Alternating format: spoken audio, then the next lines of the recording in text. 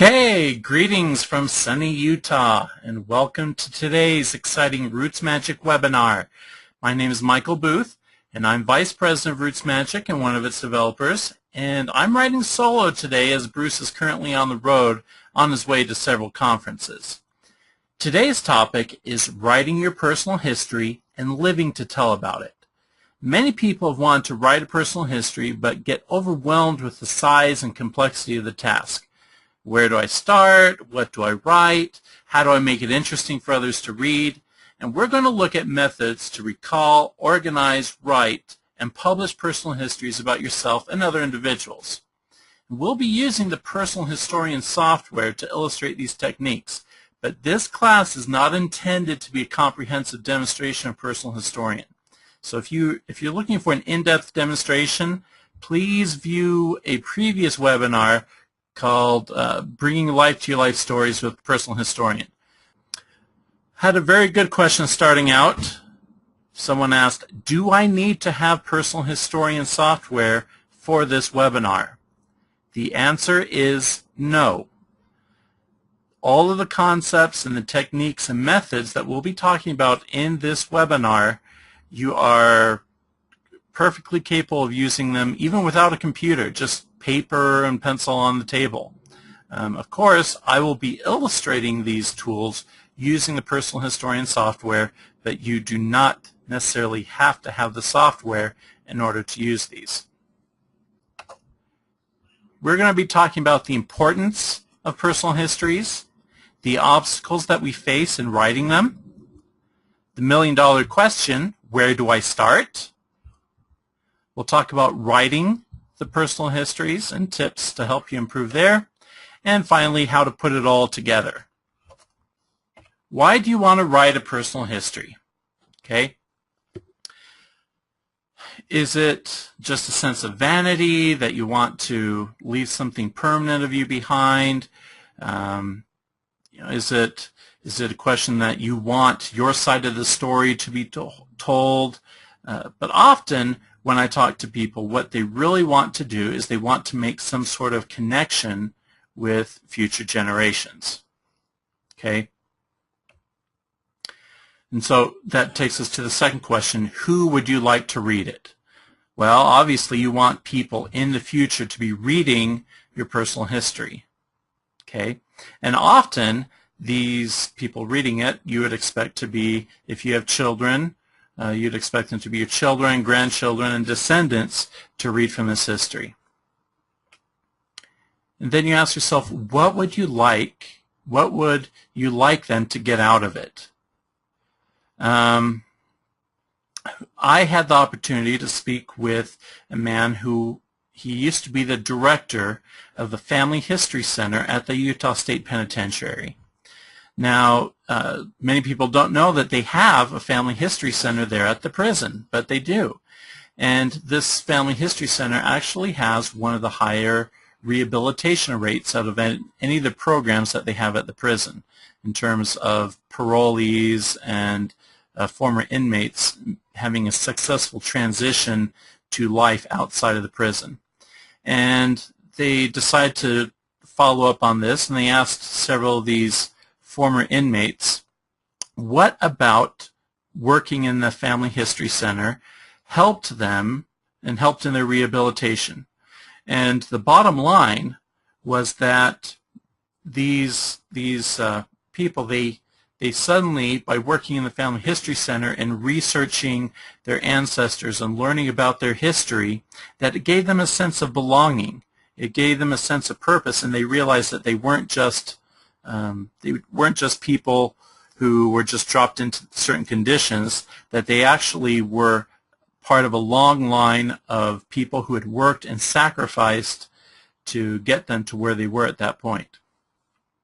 And so I see a personal history as an important bridge to the future, not only to make a connection with them, but to help them and to give them strength and hopefully to benefit from my own experiences and my own knowledge, and maybe they don't have to make some of the mistakes I've made. Maybe they'll take some comfort in knowing that we have things in common, We have common interests or common personality quirks or so on.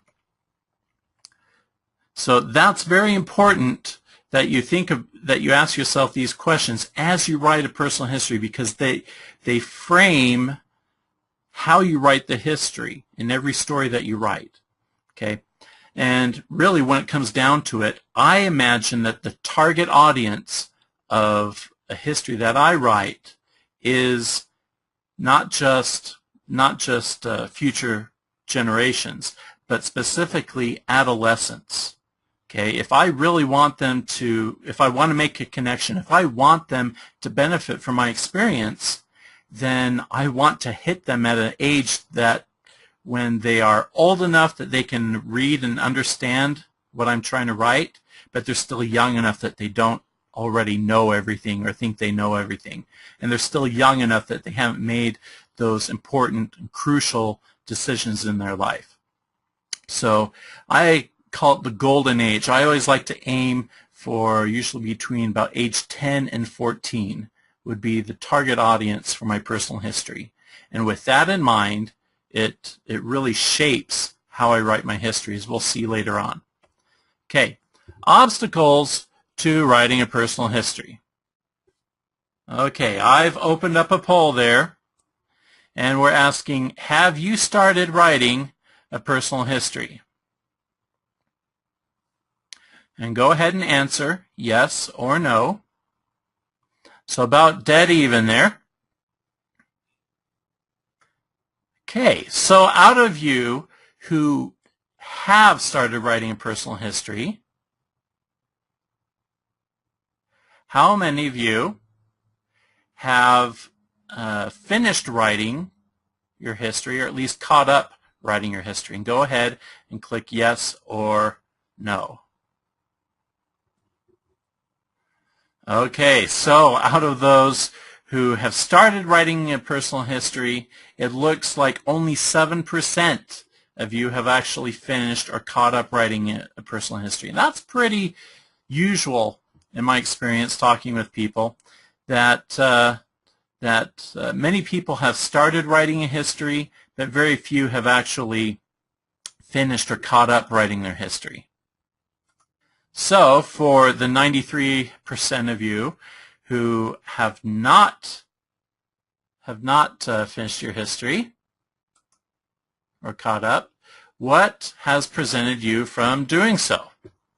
Well, the obstacles that I have found most commonly are 1, a lack of interest or motivation, 2, a lack of time. Just finding time with all the many good things you can be spending your time doing, just finding time to write a personal history can be quite of a challenge. The third obstacle, it's very easy to become overwhelmed and lost, wondering how do I start writing this history? And the fourth obstacle is a poor memory. And the fifth obstacle is a lack of writing skills. And we are going to address all of these obstacles and how we can overcome them. Okay, let's start out with starting at the beginning. Where do I start when I want to write a personal history? And this is true whether you're writing your own personal history or whether you're writing about a family member. Where do you start? Well, it all comes down to the old riddle, how to eat an elephant? One bite at a time. And by the way, this is what I want for Father's Day breakfast this year. I want my kids to make me one of these breakfast elephants for Father's Day. Now, so how do you eat an elephant? One bite at a time. How does that apply to personal histories? Basically, you need to write a personal history one bite at a time. Okay?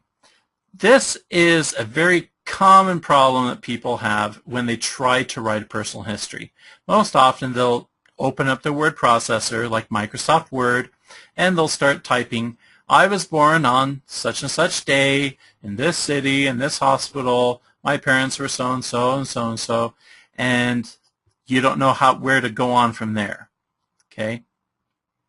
Well, part of the problem is that your memory is not like a VCR. It's not one of these DVD players that you hit play and you start transcribing your life in chronological order.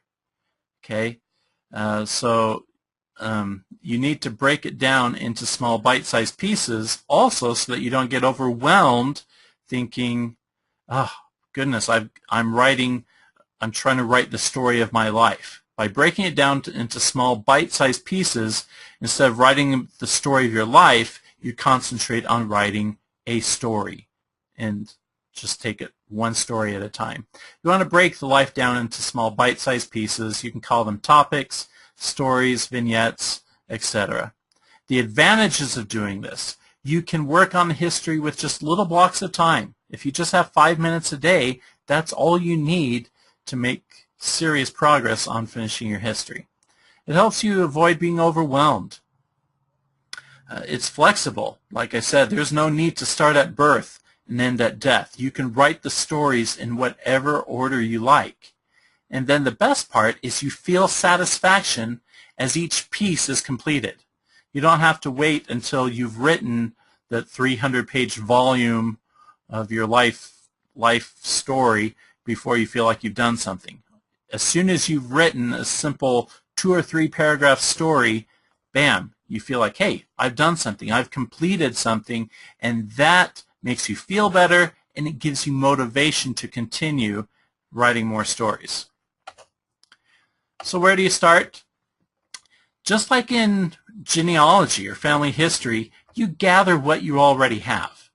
Go look for records, photographs, journals, letters, tapes, etc., anything you can find.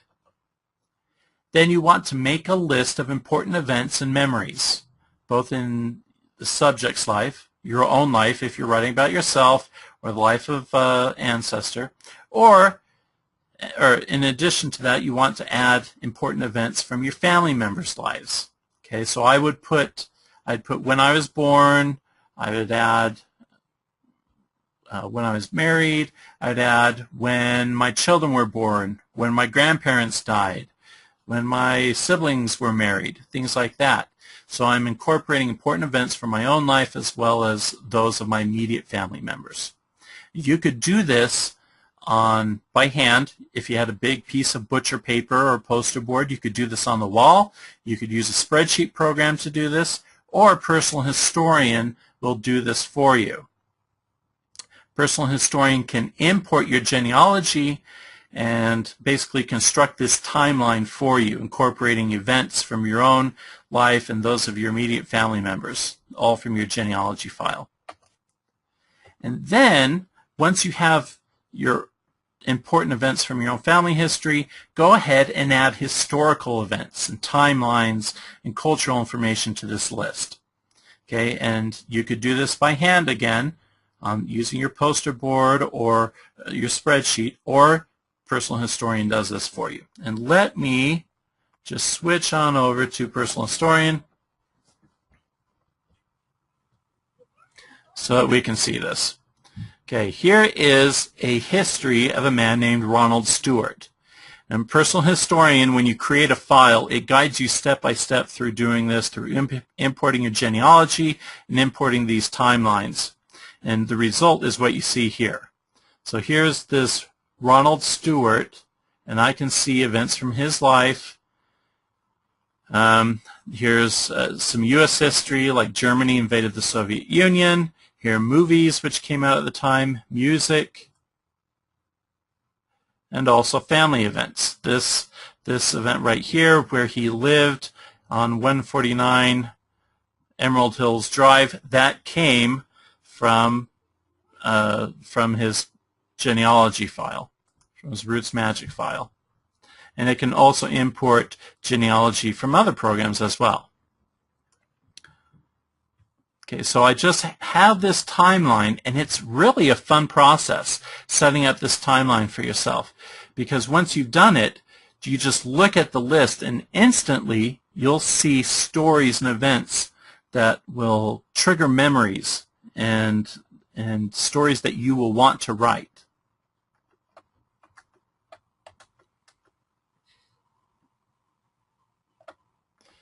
Okay.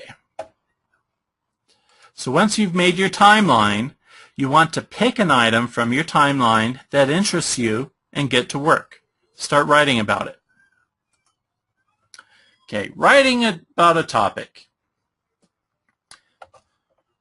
The tips that I have for you, and we'll talk about each one, is to envision the scene, give the facts, add context, show, don't tell, let your characters speak, and make your writing natural, and make it easy to read.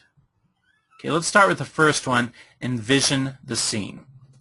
Basically, before you start writing, you want to take a little bit of time up front to plan what you're going to write. You want to think about the scene that you wish to create in the mind of the reader. You're going to take a little time at first to save a lot of time later on, and this will help your stories be more complete and understandable for the reader. A very good application of this would be brainstorming. And brainstorming, if you aren't familiar with it, basically you think of the topic, you make a list of everything you can think of or remember about the topic. You don't worry about if it makes sense. You don't worry about spelling or grammar. And you just want to keep each item brief, usually only 1 or 2 words. You don't even worry if you're going to use it in your final writing.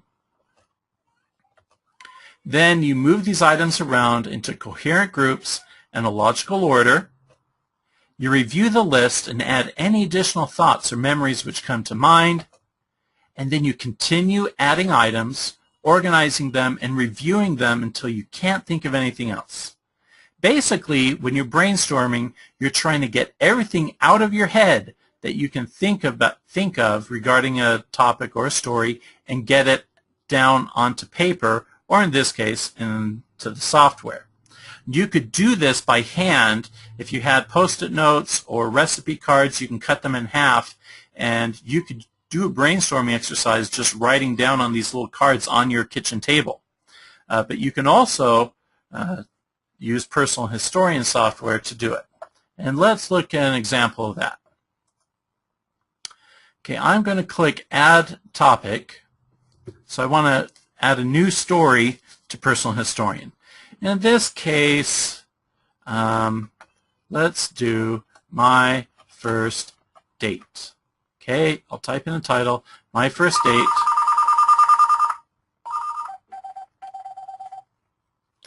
Okay, and the date of this, I don't remember the date when this happened, but the age was 16, and it filled in the date for me. That was 1951, and I'll say that this was September 1951. Okay, now over on the right, you'll see this area is the composer. This is where I actually write the story. And a big mistake that people make is they just jump right in there to the composer and they start writing the story, overlooking this little tool on the left, which is the organizer.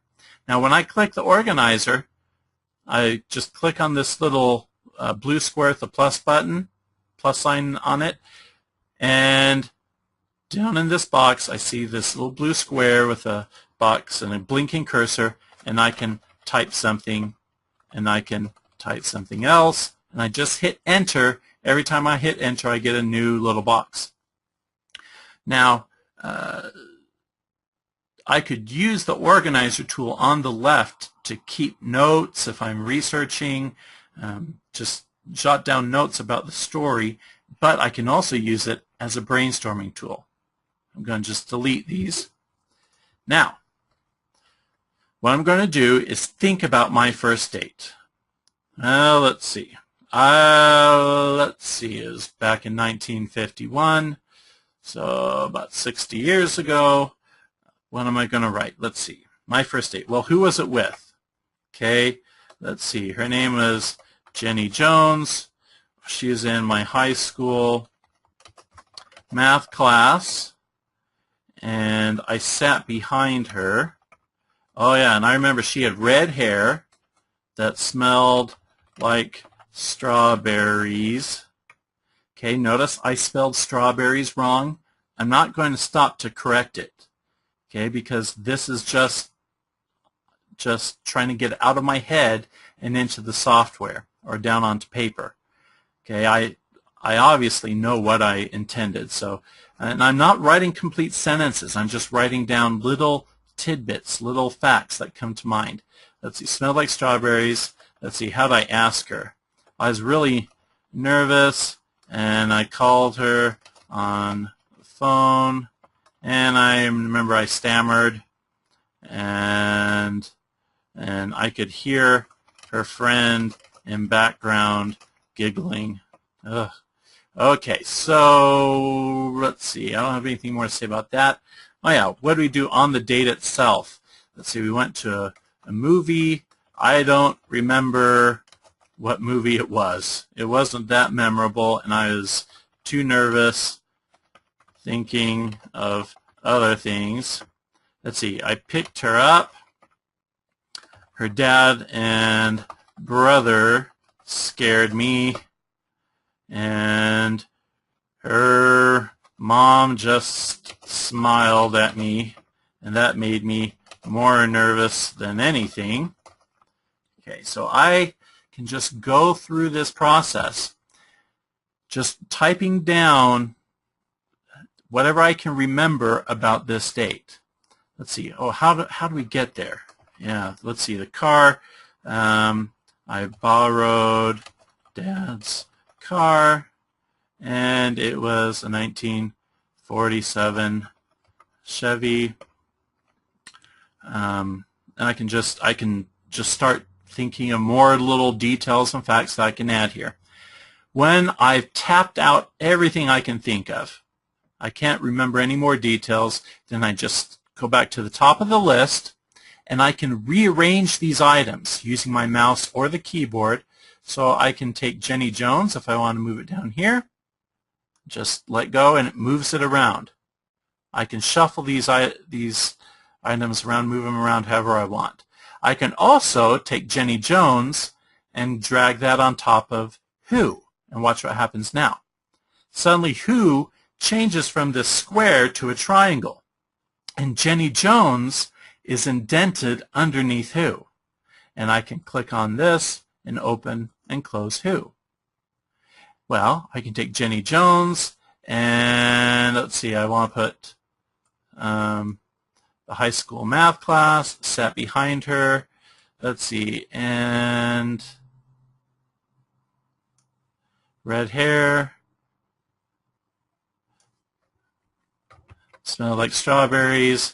I asked her, and let's see, is nervous. And I'm going to move the date itself with the movie. I'm going to move that down below. And then Calder, stammered, and I'll put nervous in here. And her friend in the background giggling, I'll put under nervous. And you see what I'm doing here. I'm rearranging these and I'm grouping them together. And as I go through this process, even more little details will come to mind. Okay. For example, I may remember here where I called her on the phone. I'll remember a detail. Oh yeah, I had to call about 5 times to catch her at home. Okay, something like that. Little details will start coming to mind. And I'll add those as I go along through rearranging and ordering these items. And before you know it, what do I have? By going through this brainstorming process, I end up with an outline. That dreaded O word from junior high English class where my English teacher would have us write an essay, insisted that we write an outline before I wrote the essay. I hated to write that outline because I just wanted to jump in and start writing my essay. I thought it was a waste of time to write down what I was going to say twice. Well, guess what? My junior high English teacher was right. by going through the process of brainstorming and outlining what you're going to write, instead of just jumping in and writing, I end up saving myself time because I'm not going to keep stopping wondering what I'm going to write next. Everything that I want to write is right here on the left spelled out for me. I won't have to keep stopping and copying and pasting and shuffling sentences around as I keep revising my story. And most importantly, it helps with my memory. Okay? Remember, that's one of the obstacles that many people face in writing a personal history is a poor memory. And by going through this brainstorming process, you will remember all sorts of details. I hear back from people all the time who, after watching this and going through brainstorming exercises themselves, they told me how amazed they are at the details and the little facts that they remembered, that they remembered things which they forgot that they'd forgotten by doing this. And of course, the added benefit to this is that it makes it easier to read and understand. And keep in mind, who is our target audience? We're aiming for that golden age between 10 and 14. Okay, so the better that we can write and make it flow and understandable for them, the better off we'll be. Okay.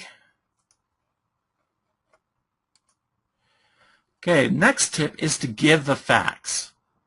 Now, if you remember back in elementary school when you learned to write, they always talked about the types of facts. There's the who, where, what, why, and how. Okay, the who, the what, and the where are the essential facts. The how and the why are the facts that add interest and understanding. Okay? Very often we have a tendency to give the who, the what, and the where, and we forget to write the how and the why, because very often those are the facts which are so obvious to us that we often forget that person that we're writing to may not understand those. You want to explain how and why the event took place, and don't assume that the reader already knows what you know. Okay, if you've ever had maybe an old letter or a journal that an ancestor or someone from years ago had written, and you're reading this document, you're reading this letter, and they make mention to a person or a place or some object or something that obviously was very important to them, but you have no idea what that thing is or who that person was or why it was important. Okay? So do future generations a favor and make sure that you add the how and the why. And this is basically adding context. It's a very good way of doing this. The dictionary definition of context is the set of all facts or circumstances that surround a situation or an event.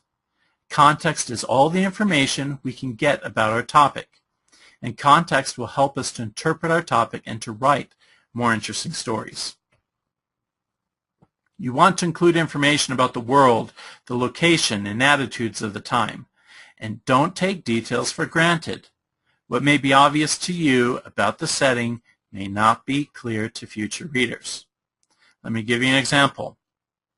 My mom would share with us kids stories about when she was a young girl and she received chewing gum from Santa Claus for Christmas one year.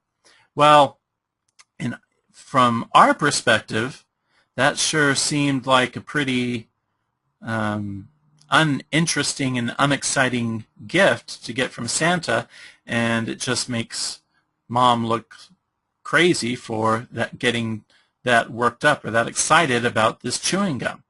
But when she adds the context of, well, this was during the war, and chewing gum was rationed, it was going over to the soldiers, and rubber was also being diverted for the war effort, and you realize that gum was a precious commodity. It was rationed and very hard to come by. So suddenly, what was a story that just made Mom look crazy, suddenly it turned into a very interesting story where she could explain and talk about the unique circumstances around her childhood that would be very different for her children to listen to, or even her grandchildren.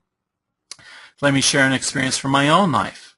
I worked on a paper route when I was young, and if I wanted to write a story about this paper route, I would probably need to explain in the story what a paper route was and why young men did it. I mean, just today, in the present day, young boys and girls don't have paper routes. It's usually done by adults now, driving very early in the morning in a van with very large routes, as opposed to what we had back then, where as we'd get the papers and we'd have to tie them up with rubber bands and put them in plastic bags if it was rainy, and then carry them on our bikes and go door to door, throw them on the porches, and some people are very particular about where you had to put the newspaper.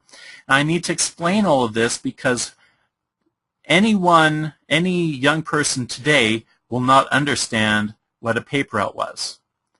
And I probably should explain what a newspaper is or was, because who knows what the future is going to bring, and already newspapers are becoming a dying source of media, and it's very likely that in a generation or two they will not understand what a newspaper is. So I will need to explain all of this in my history so that it makes sense to them. And also, when you add context, you want to include what events happened near or at the time of the story. And this is also where your timeline that you created at the beginning comes in handy. It makes it much more interesting for the reader if you can include little tidbits like what movies were playing at the time, what the popular music was like, and things that were happening in the country at the time. Okay, the next tip is to show, don't tell. Now, this is basically the difference between exposition and narration. In exposition, you basically tell the reader what happened. An actual narration shows the reader what the writer wants them to know, sense, or feel, and describes the characters and situations through an appeal to the reader's senses. So, hopefully you picked out the key words there are senses. Okay, you want to appeal to senses and feelings. Okay, that is the difference between exposition and narration. Here's a quick example. Exposition. Marcy had a hard time getting through the halls to the principal's office and was afraid she might be late, yet she was hesitant to enter after she arrived at the door. That basically tells what happened. Narration. As Marcy wove her way through the ocean of students, she often had to twist sideways to make herself fit through a small opening in the crowd. She often glanced quickly up at the hall clock as she constantly bumped from side to side. Finally, she arrived at the principal's door. She reached for the doorknob, then quickly pulled her hand back. For just a moment she hesitated, just staring at the knob.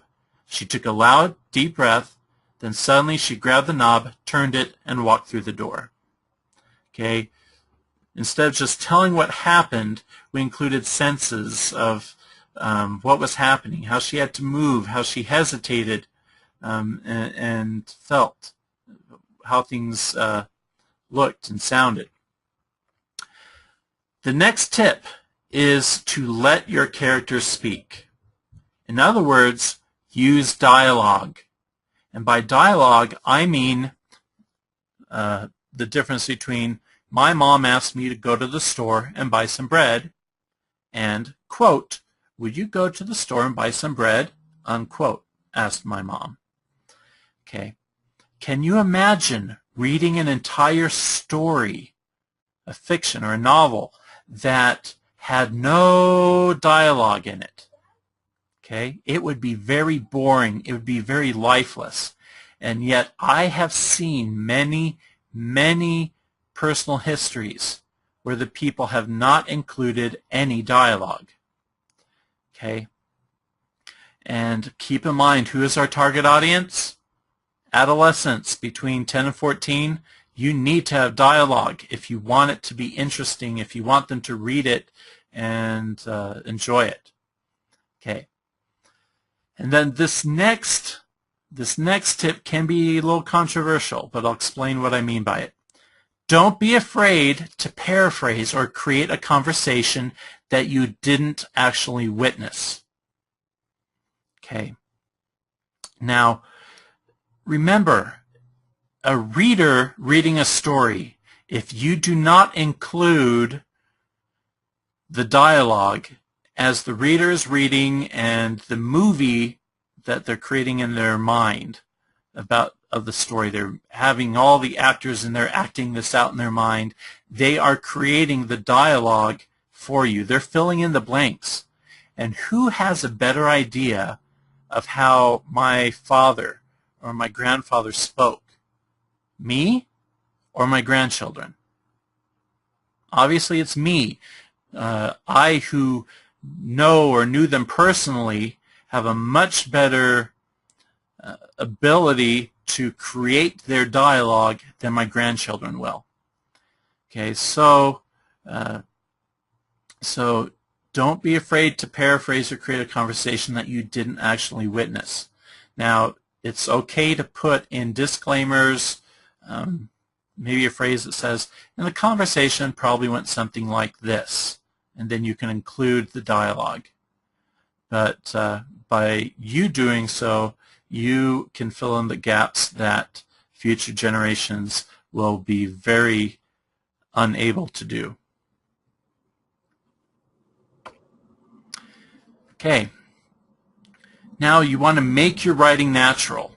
Just like it's important in my history to add dialogue, to add those words and give voice to people that I knew, even if I don't remember the conversations exactly, or to create this dialogue for them.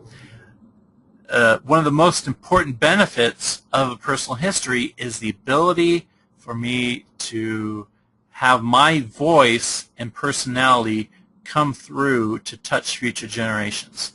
I do not want to lose my voice. I do not want to lose my personality in my writing. So I want it to write natural, or to sound natural. You want to write clearly. You want your voice and personality to shine through. A good way to do this is to read your writing out loud. Read it back to yourself. Does it feel right? Does it sound natural to you? Ask someone else to read it out loud. Does it still sound the way that you want it to sound? Okay. For this reason, I am against grammar checks when it comes to personal histories. And a grammar check, if you've used a word processor like Word, it's the little green squiggles. A green squiggly line underneath a sentence means that there's a grammatical problem in that sentence. And if you right-click on it, it'll tell you what the problem is and what you need to do to fix it. That's different than the spell check, which would be a red squiggle, which tells you if you've misspelled a word. I am against grammar checks in a personal history because a grammar check runs the risk of sanitizing your writing to the point that your voice and personality is lost. You may have a grammatically flawless history, but it will sound very sterile. And I think one of the best parts of a history, especially an autobiography written by an ancestor, is to read it and see or read and hear the grammatical mistakes they make, the words that they use, the vocabulary, the expressions that they use. They may be worried that it makes them sound uneducated or unpolished, but to me it's just a treasure, and I really have a sense of connection, a feeling, by reading their own words, warts and all. And so I encourage you to just write and not worry about your grammatical imperfections. I'm going to turn that around and suggest that you use readability checks. And that comes to our next tip, which is your writing must be easy to read. Keep in mind, our target audience are kids between the ages of 10 and 14, those golden years. We want to make sure that whatever we write, it is readable and understandable by them. And a very good tool for this are readability checks. A readability check analyzes your writing and attempts to describe what grade level would be comfortable reading your writing. Okay. It is not a measurement of how well you write, just how readable and what grade level would be comfortable reading it. For example, Shakespeare was a very good writer, but he is not the most readable writer. Many sixth graders would be uncomfortable just picking up Shakespeare and reading it for enjoyment.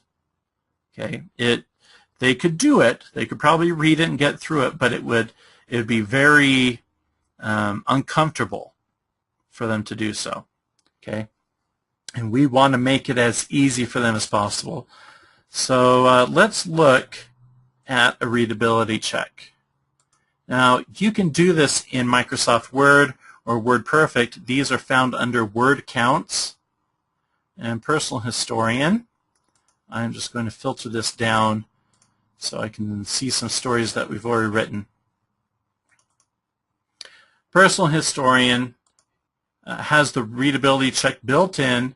When you're writing a story, up here next to the spell check and the thesaurus, there's a button that says readability check. You run that, and it analyzes your writing, and it gives you some statistics and some guidelines on it. So it'll tell you the number of paragraphs, words, syllables, sentences per paragraph, words per sentence, and so on.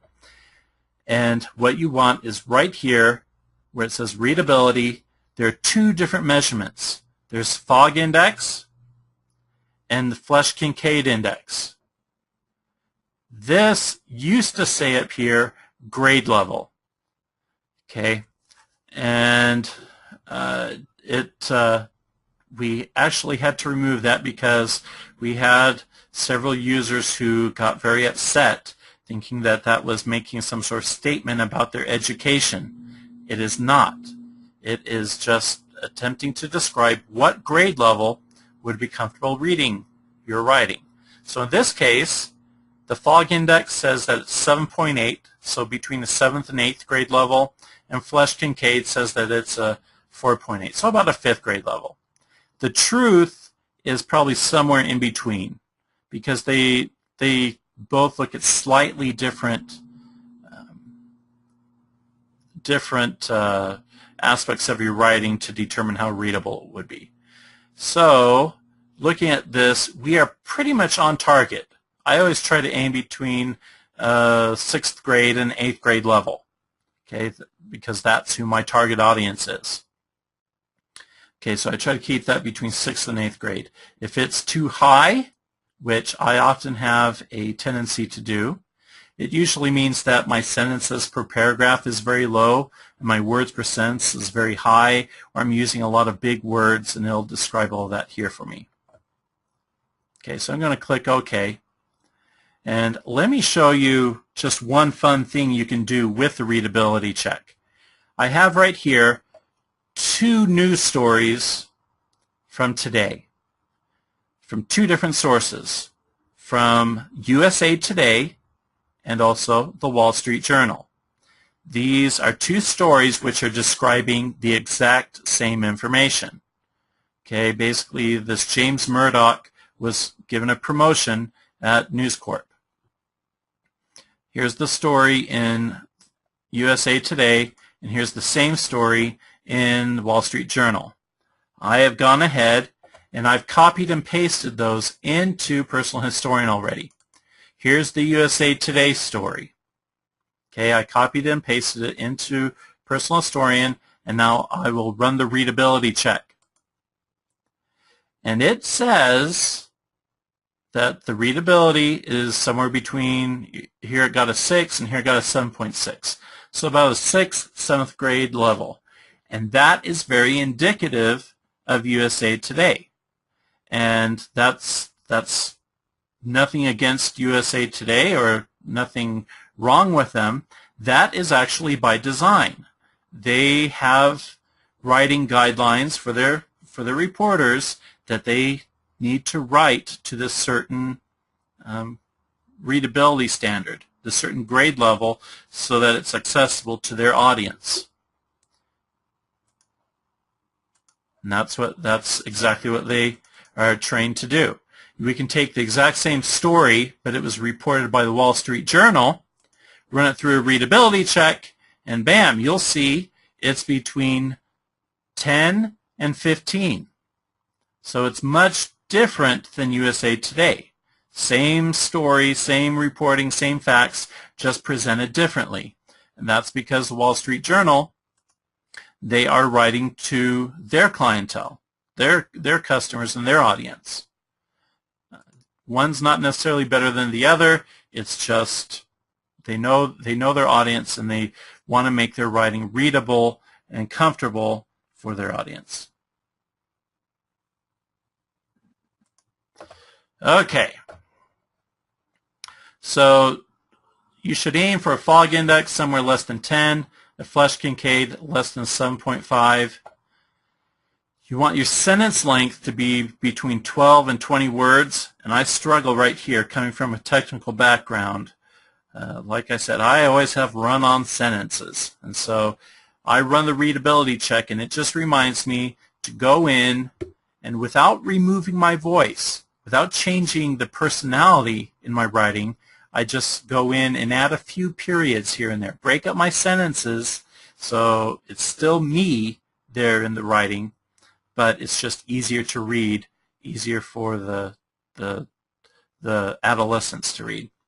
And then finally, you want few, if any, passive voice. And the readability check will check for passive voice as well. And passive voice is one of those things that was always hammered in English class, that you always made a big deal about passive voice, but honestly, I never understood it then. And it's just taken years of writing and reading for me to understand the difference between passive voice and active voice. Passive voice, you are putting the object of the verb first and the subject afterwards. So, well, let me show you in this example. The chores were always done early in the morning by Luke. He was treated kindly by his wife Alice and by his daughter Mary. In the mornings he was pampered by his wife at breakfast time, and in the evening he was treated to songs by his daughter. The cows were milked before 6 o'clock by Luke, and the chickens were fed by him before 7. That paragraph is completely in the passive voice. Now, here's the active voice, and you'll see and hopefully feel the difference as I read this same story just completely in the active voice. Luke always did the chores early in the morning. His wife Alice and his daughter Mary treated him kindly. In the mornings his wife pampered him at breakfast time, and in the evening his daughter treated him to some songs. Luke milked the cows before 6 o'clock and fed the chickens by 7. So look at that first sentence. Passive voice was, the chores were always done early in the morning by Luke. Okay. Active voice is, Luke always did the chores early in the morning. And again, this for me is very challenging because from a technical point of view, technical background and technical writing, you often want to keep in passive voice because it makes you sound more professional, more distant, okay, which is great for technical papers and computer reports, things like that. But for a story where you're dealing with live people and you want it to be active and lifelike, You want that active voice. Okay, so the tips about writing. Let's just review them. Envision the scene. So use those brainstorming tools, either on your own using Post-it notes or index cards, or use that organizer in Personal Historian to do your brainstorming and outlining. Give the facts. Don't just tell the who, the what, the where. Also tell the why and the how. Add context. Show, don't tell. You appeal to the senses in your writing. Let your characters speak. Use dialogue. Make your writing natural. Let your personality shine through. And make it easy to read. Never forget who your target audience. Imagine those children, grandchildren, reading your history, and make sure that it's accessible to them. Okay, now, once you have written these stories, just a few minutes a day, writing these stories one at a time, the time will come when you'll want to put it all together. You want to take all these individual stories that you've written and put them together into a finished history. There's several ways you can do this. The most common is to arrange the stories chronologically. There's nothing wrong with doing it chronologically. In fact, that's the way I organize my own history, is chronologically. So take all these individual stories you've written, arrange them chronologically, and put them together. You can also arrange them by theme, okay, or be creative. For example, I met one gentleman who wrote the history of his life, organized based on the cars that he had owned. And it was a very interesting way to write it and organize his history. And it really fit his personality and his life.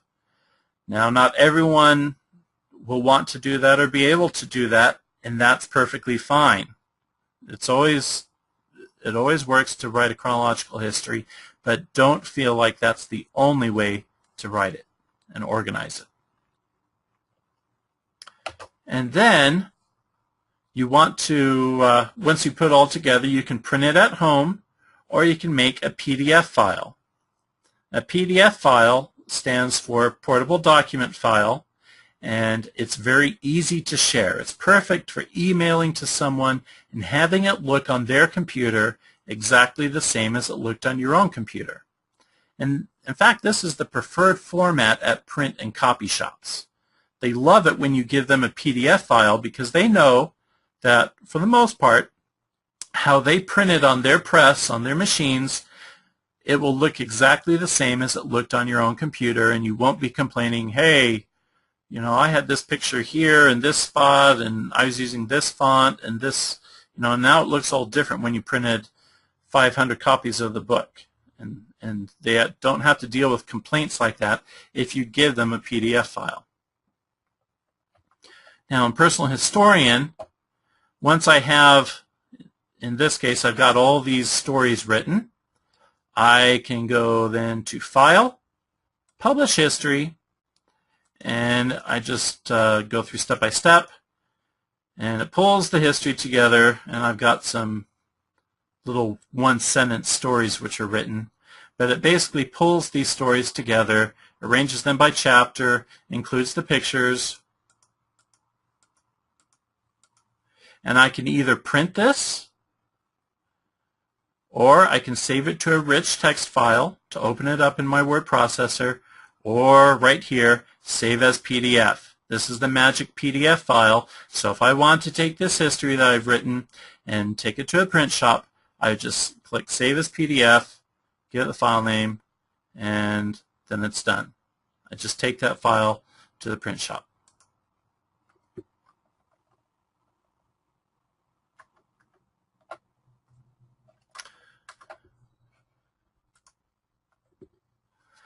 Okay, so let's look back at these obstacles to writing a personal history. First of all was the lack of interest and motivation. Okay, well, I can't do much about that. about your lack of interest and motivation, but just the fact that you're here listening or watching this webinar tells me that you do have the interest. And remember, if you do break it down into small bite-sized pieces, as you complete a story, you get that good feeling that you've accomplished something, and that motivates you to write more stories. So break it into small bite-sized pieces for the motivation. Lack of time. Again, break it into small bite-sized pieces. Don't write a life story. Don't write the story of your life. Just write stories and then pull it together later on. If you do that, you can write the history in literally just a few minutes a day. Overwhelmed.